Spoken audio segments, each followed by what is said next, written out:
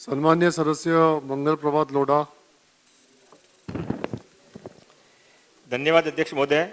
मैं पुरवणी मांगों के भाग क्रमांक 17 गृह विभाग पर बोलने के लिए खड़ा हुआ हूँ। माननीय अध्यक्ष महोदय, मुंबई के अंदर जो स्थिति है,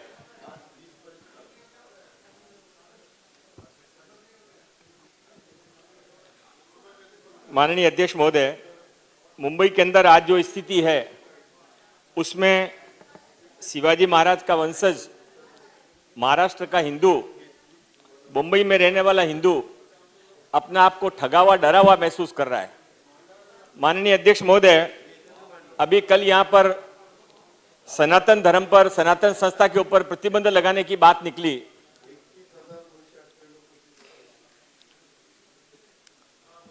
माननीय अध्यक्ष महोदय, सनातन संस्था के ऊपर जो प्रतिबंध लगाने की बात करते हैं, उनको क्या कभी रजा अकेडमी का ख्याल भी आता है? आपण बाब क्रमांक सांगितला पाहिजे। हाँ, सांगितला अध्यक्ष महोदय, गृह विभागची भाग क्रमांक 17 जनरल विषय। माननीय गृह मंत्री जी, एक बार बोलने का मौका मिलता है, बोलने दीजिए। आप क्या करेंगे नहीं करेंगे आपकी इच्छा है। आपको पता रहता है, आप क्या बोलने वाले मुझे भी पता रहता है और पूरे महाराष्ट्र को भी पता रहता है। माननीय अध्यक्ष महोदय, सनातन संस्था के ऊपर कल जो प्रतिबंध लगाने की बात कर रहे थे, उनको माननीय अध्यक्ष महोदय कभी यह भी ख्याल आता है कि बंगाल के अंदर एक घटना होती है, उसके अंदर से बंगाल विरोध के अंदर भारत में कहीं पर कुछ नहीं होता, पर महाराष्ट्र के अंदर जगह जगह जुलूस निकाले जाते हैं। और ये जुलूस निकालने वाले कौन हैं? रजा अकेडमी के लोग हैं, जमात के लोग हैं। सनातन संस्था पर प्रतिबंध लगाने वालों के मन में, उनके मन का हिंदुत्व कभी ये नहीं जागा कि पहले जमात के ऊपर प्रतिबंध लगाया जाए, पहले रजा अकेडमी के ऊपर प्रतिबंध लगाया जाए। सनातन संस्था के गूगल पे मारोगे तो वहां पर आरती का चित्र आएगा, और रजा अकेडमी पर गूगल पे यदि आप सर्च करने को जाओगे तो हमारे शहीद स्तंभ को लात मारने का चित्र आएगा। माननीय अध्यक्ष महोदय, वो रजा अकेडमी के लोगों को संरक्षण देने का काम किसने किया? माननीय अध्यक्ष महोदय, जब रजा अकेडमी के ऊपर हम प्रतिबंध नहीं लगा सकते हैं, सनातन संस्था पर प्रतिबंध लगाने की बात करते हैं, तो हमें इस बात की भी शर्म आती है माननीय अध्यक्ष महोदय कि 1992 के दंगे के अंदर जिन्होंने बम विस्फोट, जिन्होंने मुंबई के 250 लोगों को चिथड़ों से उड़ा दिया था, उन बम विस्फोट के अपराधियों को जब फांसी की सजा माननीय सुप्रीम कोर्ट ने सुनाई, तो उस पर खुश होने की बजाय माननीय अध्यक्ष महोदय, जिन्होंने राष्ट्रपति के पास में पत्र लिखा कि बम विस्फोट के आरोपियों को, दाऊद के गुर्गों को माफ किया जाए, माननीय अध्यक्ष महोदय, उन माफी मांगने वाले जो लोग विधायक थे वो आज भी इस विधानसभा के अंदर बैठे हैं।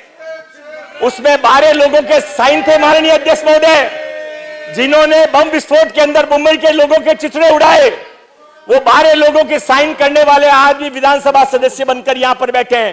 पहले उनको विधानसभा से निकालिए, उसके बाद में सनातन संस्था के बारे में बात करिए।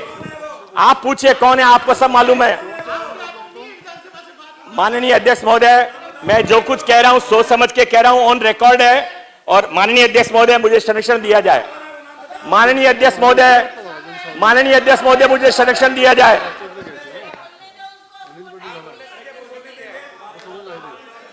बोलेंगे, जोर से बोलेंगे और आपको सुनना पड़ेगा। जो हिंदू हित की बात करेगा वही देश पर राज करेगा।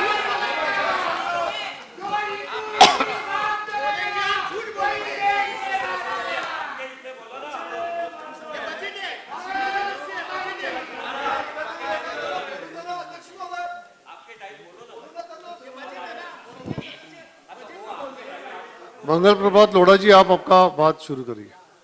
माननीय अध्यक्ष महोदय, महाराष्ट्र के अंदर, मुंबई के अंदर यदि मुंबई के लोगों के रहने की संस्कृति का सम्मान नहीं होगा, संरक्षण नहीं होगा, तो विधानसभा के सदस्य के नाते हमारी जिम्मेदारी है कि उसके बारे में सर्वोच्च सदन में अपनी बात रखें। माननीय अध्यक्ष महोदय, कोरोना का काल चल रहा है। कोरोना के काल के अंदर यदि किसी को नवरात्रि की देवी को ले जाना तो उसके ऊपर संख्या का प्रतिबंध है। गणपति मंडल के समय, विसर्जन के समय संख्या पर प्रतिबंध है। जुलूस के ऊपर प्रतिबंध है। यह साल में एक बार होता है, पर हर शुक्रवार को पूरी रोड के ऊपर नमाज के नाम पर बंद कर दिया जाता है, उसके बारे में कोई प्रतिबंध नहीं है। सुप्रीम कोर्ट का आदेश होने के बाद हाईकोर्ट का आदेश होने के बाद माननीय अध्यक्ष महोदय, आप मैं विषय पे बात करिए। मैं विषय पे बात करूं माननीय अध्यक्ष महोदय। इससे ज्यादा संस्कृति बचेगी तो देश बचेगा, देश बचेगा तो आप और हम बचेंगे।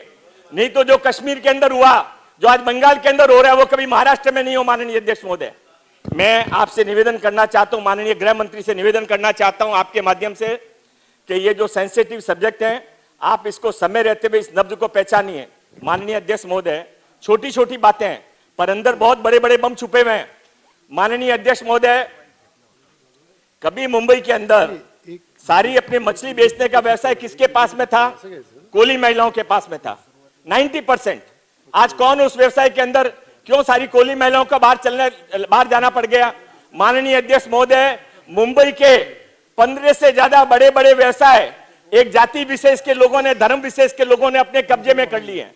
माननीय अध्यक्ष महोदय, आने वाले समय के अंदर मुंबई के अंदर संस्कृति की रक्षा कैसे हो, धर्म की रक्षा कैसे हो, इसके बारे में सरकार को विचार करना चाहिए। और माननीय अध्यक्ष महोदय, मैं दो छोटे छोटे विषय और आपके सामने रखना चाहता हूं। 2-3 दिनों से चल रहा है कि मंदिरों की वक्फ बोर्ड की जमीनें, सैकड़ों एकड़ जमीनें लोगों ने हत्या ली है। माननीय अध्यक्ष महोदय, खाली वक्फ बोर्ड की सैकड़ों एकड़ नहीं, हजारों एकड़ जमीन यहां महाराष्ट्र के अंदर हत्या ली गई है वक्फ बोर्ड की। मैं आपके माध्यम से सरकार से निवेदन करना चाहता हूं, एक कमेटी बिठाए। 10,000 एकड़ से ज्यादा जमीन वक्फ बोर्ड की लोगों ने खाली है। आप मंदिरों के अंदर चैरिटी कमिश्नर के नाम पर 50 प्रतिबंध लगाते हो। हर मंदिर को छोटी छोटी बातों के लिए साल में 5 बार जाना पड़ता है। वक्फ बोर्ड के ऊपर आपका क्या कंट्रोल है? माननीय अध्यक्ष महोदय, कई सालों तक आपके पास में वक्फ बोर्ड की कमेटी नहीं है, अध्यक्ष नहीं है। मेरा आपके माध्यम से माननीय गृह मंत्री से निवेदन है कि वक्फ बोर्ड के अंदर जितनी जमीनों में पिछले 15 सालों से घोटाला हुआ है, उसके बारे में एक कमेटी बिठाई जाए। और मेरा अंतिम निवेदन माननीय अध्यक्ष महोदय, हाउसिंग मिनिस्टर से भाग 26 के रूप में 26 पे अपनी अंतिम मांग रखना चाहता हूं। एसआरए के अंदर जो जो नई बिल्डिंगें बनती है माननीय अध्यक्ष महोदय, कोई बिल्डिंग में पार्किंग की व्यवस्था नहीं होती है। बिल्डिंगों के अंदर, एसआरए की बिल्डिंग में वैसे ही ओपन स्पेस बहुत कम होती है। मैं माननीय हाउसिंग मिनिस्टर भी यहाँ पर भी बैठे हैं, माननीय आदित्य ठाकरे जी भी बैठे हैं, उनसे मैं निवेदन करना चाहता हूँ कि आप काफी आपने नए प्रोविजन लाए हैं, पर सारे एसआरए की बिल्डिंग्स के अंदर आप स्कूटर 2 व्हीलर पार्किंग का, 4 व्हीलर पार्किंग का अभी वो समय चला गया कि उनके पास में गाड़ियां नहीं होती। अभी हर घर में गाड़ियां होती है, हर घर में स्कूटर होता है। उसका आप जरूर प्रावधान करें, और जब ये प्रावधान करें तो उसके साथ में ये प्रावधान के लिए आपने हाँ भरी। और माननीय गृह मंत्री जी से निवेदन करता हूं कि मेरे पहले के किए हुए शब्दों को, पहले किए गए वाक्यों को राजनीतिक शब्द नहीं समझें। वो मन की बात है, आपके मन तक पहुंचे, ये भगवान श्री राम के चरणों में प्रार्थना। बहुत बहुत धन्यवाद।